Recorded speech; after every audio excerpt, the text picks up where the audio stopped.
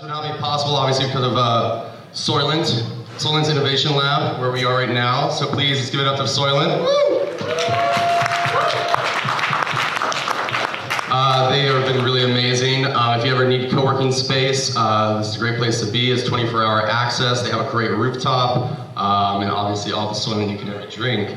Amazon has definitely been a very generous premier sponsor of ours, so thank you, Amazon. Tucker Ellis, an amazing intellectual property firm based here in downtown. Faustina Lee is right here. If you want to ask her any questions about legal concerns, although she'll be a mentor in the next couple days. And that's that for me right now. I'll be around all weekend, so if you ever have questions or anything, obviously come up and find me. I'll probably be wearing the Patagonia hat all day, all weekend. But without further ado, I'd love to really introduce our keynote speaker, Christine Harada. She was the former CSO, Chief Sustainability Officer for the United States under the Obama administration. Currently now, she's the president of an impact fund called the IX Investments. So, Christine, take it away. Thanks so much, and thanks so much for Soylent for hosting. Stand on this side then, alrighty. Is this still okay? Yeah, try to find the speaker. Okay, that's better. So let me see. Awesome, there it is. Okay, so thanks so much for coming and for taking part in this particular event. I'm super jazzed to see all these things, all these activities happening. I've been away from LA. I was born and raised here, but I've been away from LA. My half joke is I left when the Rams left, and I came back after they came back. So that gives you an idea as to how long it's been. Just slightly bitter about the fact that the Rams even left in the first place, but that's a completely different story. I'm a president of a company called IX Investments. We're an impact investing company. We seek to make good money while doing good for the planet. It's all about the triple bottom line for us, and we completely reject the myth that you have to concede any kind of financial returns in order to do good for the planet. So we're all about making money and making good money, again, while doing good. Personally, I call it no-duh investing. It's kind of how we should be investing our money anyway. So, I was asked to talk a little bit about technology and innovation for this particular group here, and I think what I wanted to do was to, maybe I'm just already preaching to the choir, this is not a group that really needs much more encouragement in this kind of personal regard, but there's fundamentally two principles that I want to make sure that I touch on today. So one is around the area of convergence. So if you guys actually ever look at my background, I started out in aerospace engineering. I built airplanes and satellites. I did management consulting for like 10 years. And then I went into the government where I did procurement policy, rebuilding policy, eventually sustainability. So there's nothing in my background that says sustainability until I got to the government many decades into my career. And the point of all this is that, my career is all about convergence, and everything that I've done kind of builds up into this point, right? I started out as a technologist, making stuff, bending metal, working in the factories, making the airplanes, making the satellites, etc. And I took that technical knowledge and I built on top of it with a business degree, working in businesses, and applying much more of a systems level kind of thinking to it. Fixing organizations and fixing businesses is kind of not all that different from, believe it or not, designing airplanes. It's a system, right? So you got to think about the system. Everything impacts everything else. It's a lot also like physical therapy. Your neck hurts, it's probably because you got a kinky knee, right? So everything's all connected, so you got to think about it like that. So convergence is number one. But then number two, in order to be able to help solve some of the fundamental problems that we've got going on today, namely climate change, you really got to think about it from a first principles perspective. So first principles thinking. When I was also in a PhD program at Stanford, again, very long and meandering career, meandering being the emphasized word here. One of the things that I did was I thought I would take advantage of the opportunity and take my oral exams for the PhD program, because why not? I was there and it was free to take. I was young and foolish. The good news is I passed. But the thing at Stanford is that it's an all orals exam. It is not written. So that means you have 2 hours of interviews with professors standing in front of a whiteboard, solving problems on the whiteboard, showcasing that you can actually do first principles thinking, so that when a new problem emerges, can you unpack all the assumptions that were brought up to date and incorporated into the analyses, even the methodologies that have been used to date, to come back to that kind of basic fundamental level and take it to the new place where this particular problem is. So again, with climate change, it's a new, different kind of system that we all need to start thinking about, incorporating into our everyday lives, and our engineering and our technical solutions, or even also non-technical solutions. And so how can we think about convergence and first principles thinking? Originally, these slides were, pointing out some of the technologies I just wanted to inspire you all to think about differently. Anybody here do any work in buildings? Oh, a handful of people. That's awesome. Usually you don't find too many people who actually think about buildings for a living, right? And it's about where's the bathroom located? Is my commute gonna suck? Wow, I'm sitting right underneath the airflow, like that's really cold. And you don't think of it unless you're actually in the building sector. So as you are embarking on this hackathon weekend, I'd love for you guys to think about where you physically are from a different perspective. Buildings, in case you're not aware, contribute upwards of 30% of the greenhouse gas emissions in the United States. 6% globally, but 30% here in the United States. They're tremendous energy hogs, especially if you work in a laboratory environment, like with the hood vents and things like that. Hotels, hospitals, jails, anything that's got a 24/7 operations, extraordinarily energy intensive. So how might your coding development skills be leveraged to help decrease us use energy in a smarter way? Therefore, cutting costs and doing good for the planet, right? So you're making money, you're doing good things for the planet, you're seeing my themes. Let's talk about first thing thinking, EV transports. We were just talking about EVs earlier today, but thinking about transportation and how that model has changed so rapidly over the last, 5 years? Maybe it's a little more than that when Uber first came out, but thinking about how we transport ourselves to work with the rise of the scooters, et cetera, over the last 3-4 years. What do we think is gonna happen next? Especially as this millennial generation gets slightly older, what are the other types of innovations that you think are going to be coming along? So incorporating that kind of thinking into your work as well. How might we be able to help monetize and take advantage of these opportunities, do it in a way that's safe, jives with policy, doesn't run me over, please, but it also still helps make good money. Energy storage related to EVs as well, because with batteries, so how do we think about power? Where do you think this power comes from? How many people have actually thought about where does their electricity come from? Water. What? Water. All the time? Water. Cold. Okay. Cold. Oh, okay. Sorry. My kids are, my children, and so therefore they know where their electricity comes from, but up until I started doing this work, I was like, where's the light switch? Might be the extent of it. You never think about where the light poles are. You never think about how are the transmission lines built. You never think about where does the actual generation happen. Maybe you're a kid, you go to Hoover Dam, you're bored, you're stuck here with your parents. Oh my God, it's nice. Big turbines, can we go please? Right, but if you think about how can we help make that consumer, as we think about, again, combating climate change, I think one of the big things we can do is to help increase awareness. So how do we think about teaching people more about where their sources of electricity comes from? What is your carbon footprint? Has anybody actually ever calculated what their carbon footprint is? Okay, see, building dudes, awesome. See, building people. Take a look, go Google carbon calculator or carbon offset calculator or carbon footprint calculator when you either take a break or whatever, and I think you'd be maybe pleasantly or unpleasantly surprised, and I think that awareness level will help you spur some innovative thinking around one of the things I really know how to be doing, right? It's kind of a little bit not too different, if you're my age, of being told by the doctor that you need to lose a little weight. I'm like, what are you talking about? This scale's broken. I'm gonna get off, right? So you might have the same unpleasant, like this thing's broken, this can't be right, kind of moment, but taking it from there and moving forward with it, how can you use that data to make it used for good? Last but not least, there's some really fascinating technologies coming in the space around carbon to value. You guys heard about carbon to value? Where it's basically about sucking, again, see, building dude, totally into it.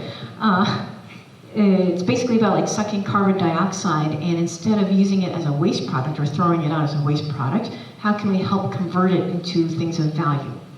So companies like Carbon Engineering, Global Thermostat, for example, they're actually doing direct air capture of carbon dioxide. So they're sucking the carbon dioxide out of the air, applying chemical processes to it, converting it into value-added products.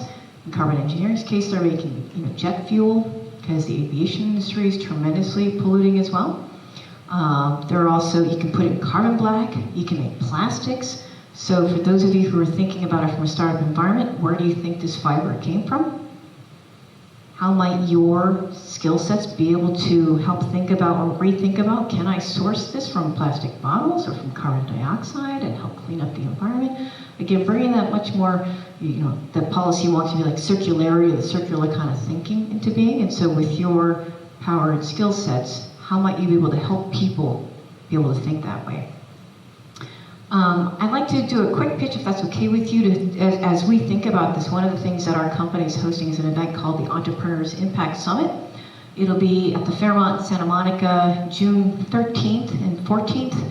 And basically it's going to be, it's very much modeled off the Clinton Global Initiative, where we're asking entrepreneurs to make a commitment on the impact that they want to have, and we're going to hold people accountable to it. So let's say, for example, if you're a solar energy company, it's going to be fairly easy, I think, because you can say, over the course of the next year, I want to be able to say that I've removed 2 tons of carbon dioxide equivalent from this particular small neighborhood, and I'm also going to employ people from these disadvantaged communities. We're going to come back next year and make sure that you've actually done it, reset new goals, etc., that kind of thinking. And so we're going to have a whole bunch of educational workshops and thoughts, presented also by some really cool people like Good Money.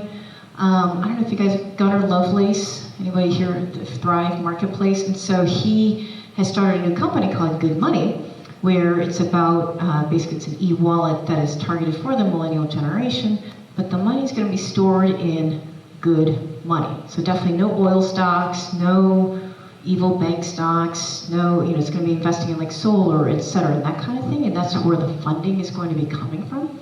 So again, so it's that kind of ethos and that kind of thinking as we launch the way forward for the 21st century.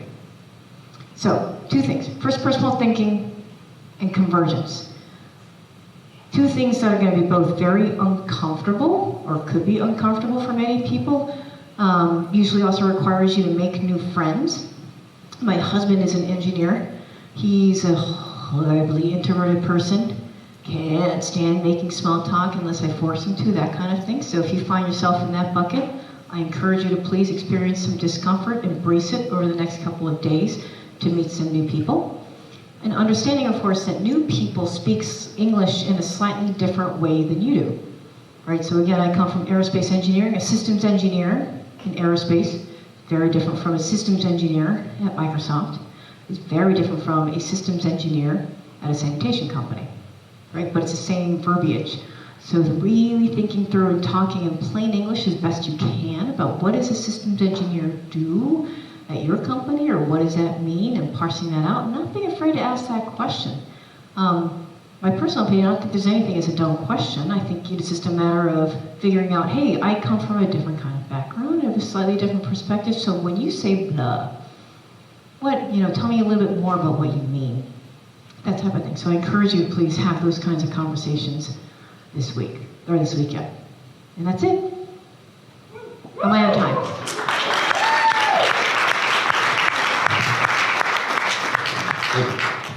All right. So it was amazing. Now we have a facilitator who's been doing these startup weekends. I think this is his 12th one. He's organized 5, done 12, so let's call him an expert at this. Najah. Came all the way down from Santa Barbara, not too far, to do this. So here you go, Najah. Cool. Thanks for having me, Todd.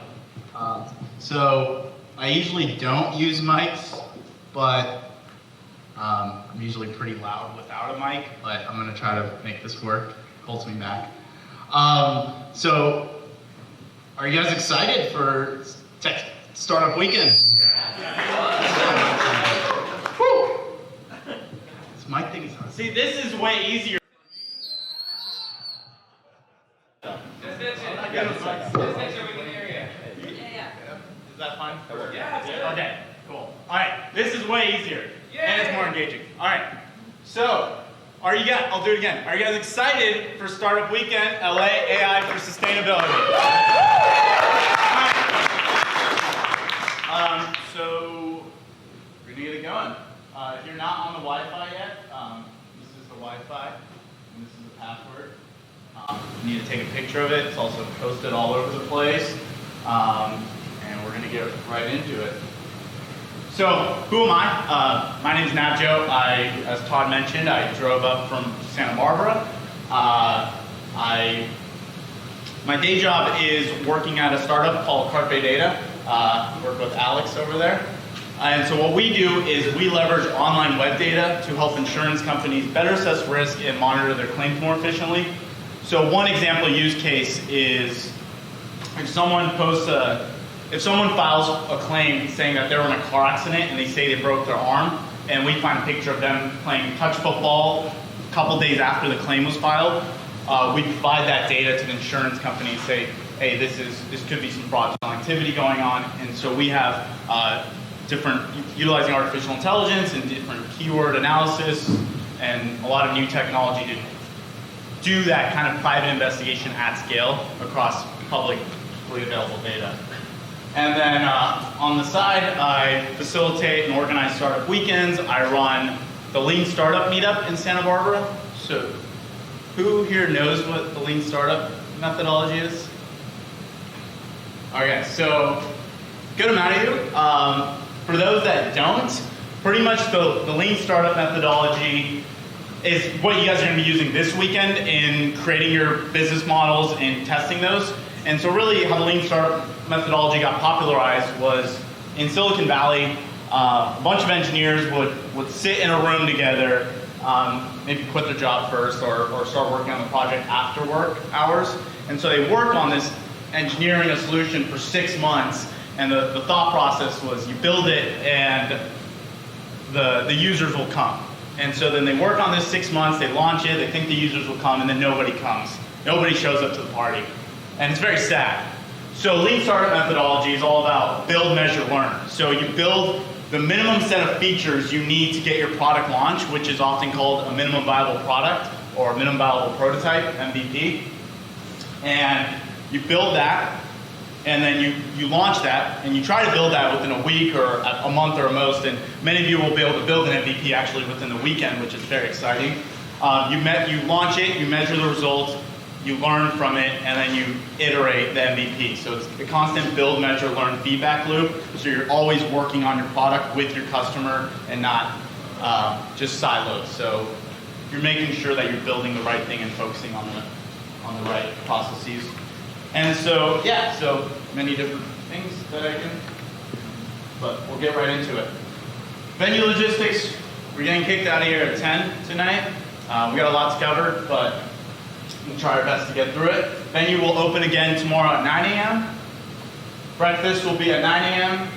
Bathrooms are, many of you probably saw them on your way in, but if you go back down that way, and kind of near the entrance when you walked in, if you go to the left, there was a men's bathroom, and then a little more, there was the women's bathroom. So they're over there.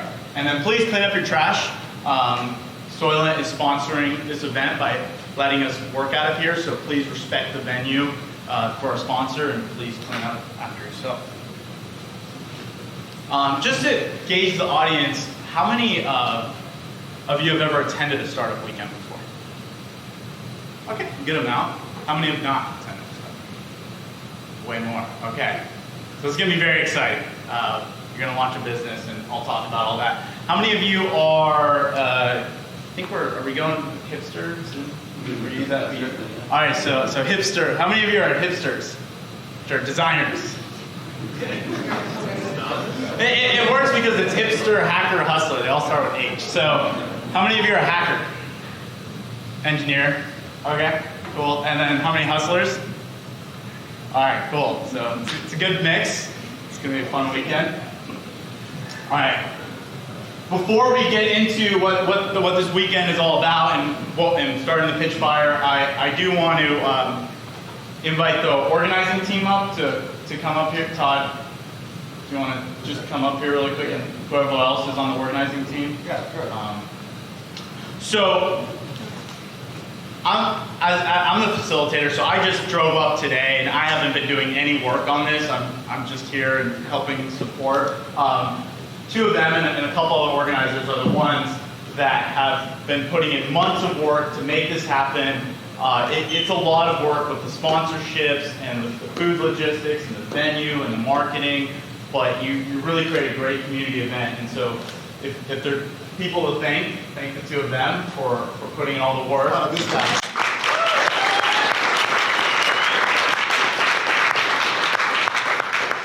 when you think like, oh, this is such an awesome event, think Todd. Todd's in there. Okay, thank you. Yeah, thank you all for coming too. One thing about the Soylent, please. Please stay out of this area. This is all off limits. Besides that, everything else is open. Really, almost everything's open unless it says "do not enter" or the terminology restricted. But yeah, please do not enter into any of this area. This is where Soylent works, and yeah, they're very private. Thank you. Everything else is cool. Cool. Get right to it. Also, are there any coaches here? Can you come up really quick? So these coaches are going to be here, they're here tonight, but really throughout Saturday and Sunday, and there will be a lot more coaches. Todd got a ton of them. You can look at the website. And so really, these coaches are here to, they'll have backgrounds from business to legal to engineering to design, and really whatever help that you need, they're here to support. So thank you for donating your time to be here with us this weekend, and let's give a round of applause for the coaches.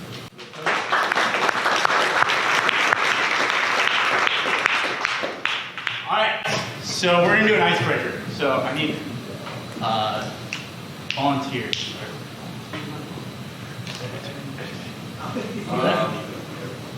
We got some volunteers floating around. Anyways, all right, so what we're gonna do is, so I'm gonna, when I point to, okay, we got like what, 50 people? 60. All right, let's count to 8. All right, so when I get to you, just shout out a number. So 1, 2, 3, 4, and then when you get to 8, the next person will say 1. So it'll be pretty simple. We'll start here. 2, 3, 4, 7, 8, 9. No. 1. Oh my God. 6, 7, 8, 9. 2, 3, 4, 5. Walking. 5, 6. You guys all 7, 8. No, you guys groups.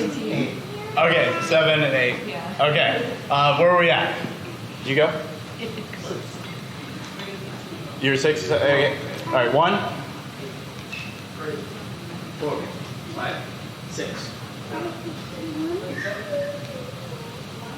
No, I think you're 8. No, 1. It's not working out really well. All right. When we get to 8, you start back at 1. All right. 1. You're 1. You're 8. Wait, no. You said 1. Sorry, you're right. My bad. All right. 4. 5. 6. 7. 8. Okay. 1. You else got 2? 5, 6, 7. 1. Close. 1 and then 2, 3.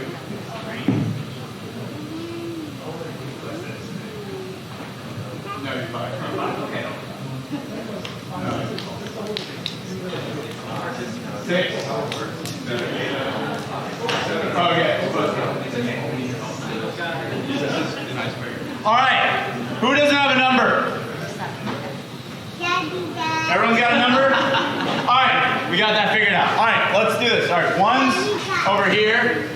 2s, 3s, 4s, 5s, 6s, 7s, and 8s. Find your teams. Did everyone find their teams?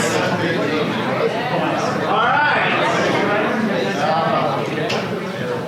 Cool. All right.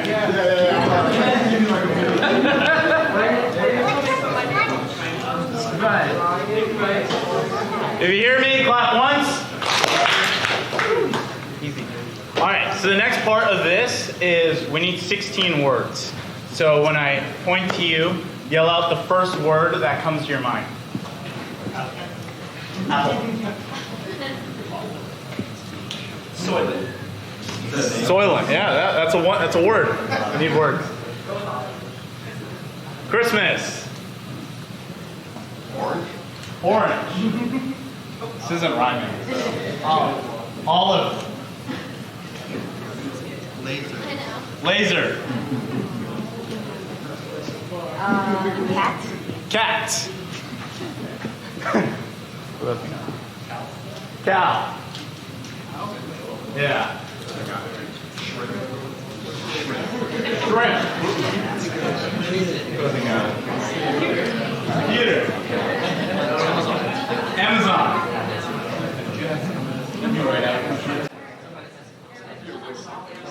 Who else got a word? Dinosaur. Dinosaur. Pineapple.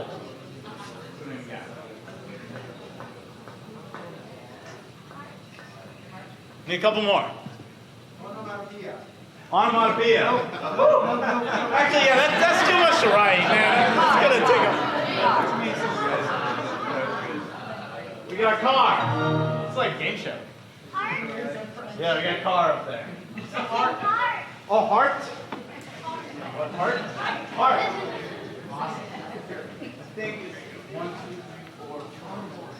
Need one more. Last word. Collaboration. Collaboration. I heard that. I heard collaboration first. All right. Next part. Everyone in their groups, circles.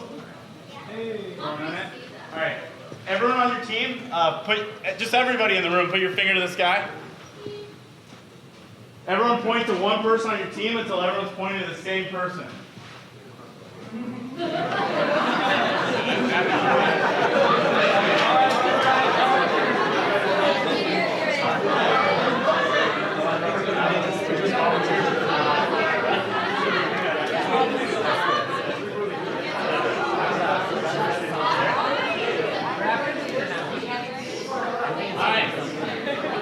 You guys all did that? All right.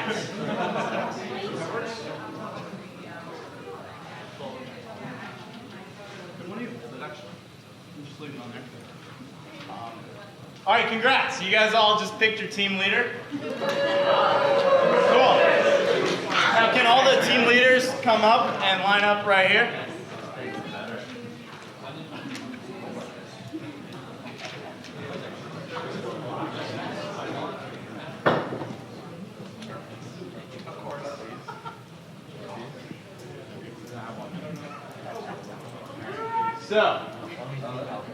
So, all right, you guys all facing me. So, when I say go, wait. Wait. Not yet. Please wait until I say go. You guys are going to turn around and circle 2 words and put your team number in that circle to claim that as your word. Okay? Ready, set, go. Put your team number by it. Team number by it.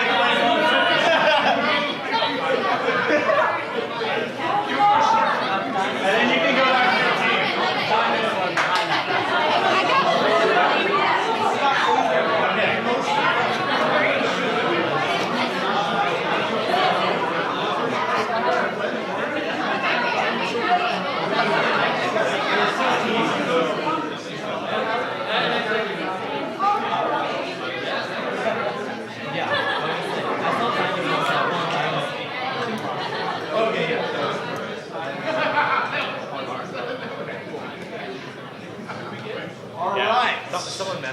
Everyone got their 2 words?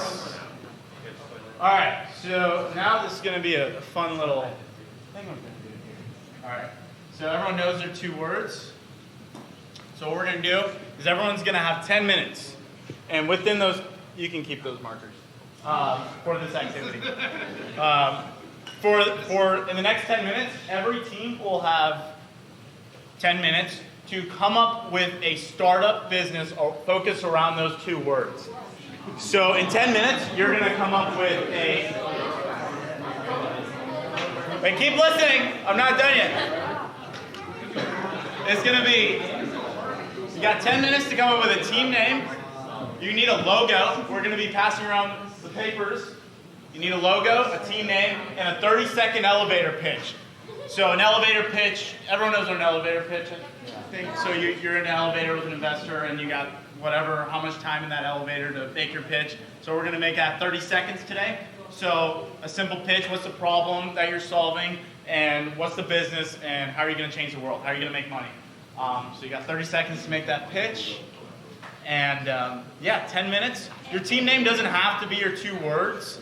It can be other words, but your pitch has to involve the 2 words. Your business has to revolve around the 2 words. Any questions about this? Yeah, you can start. Go for it.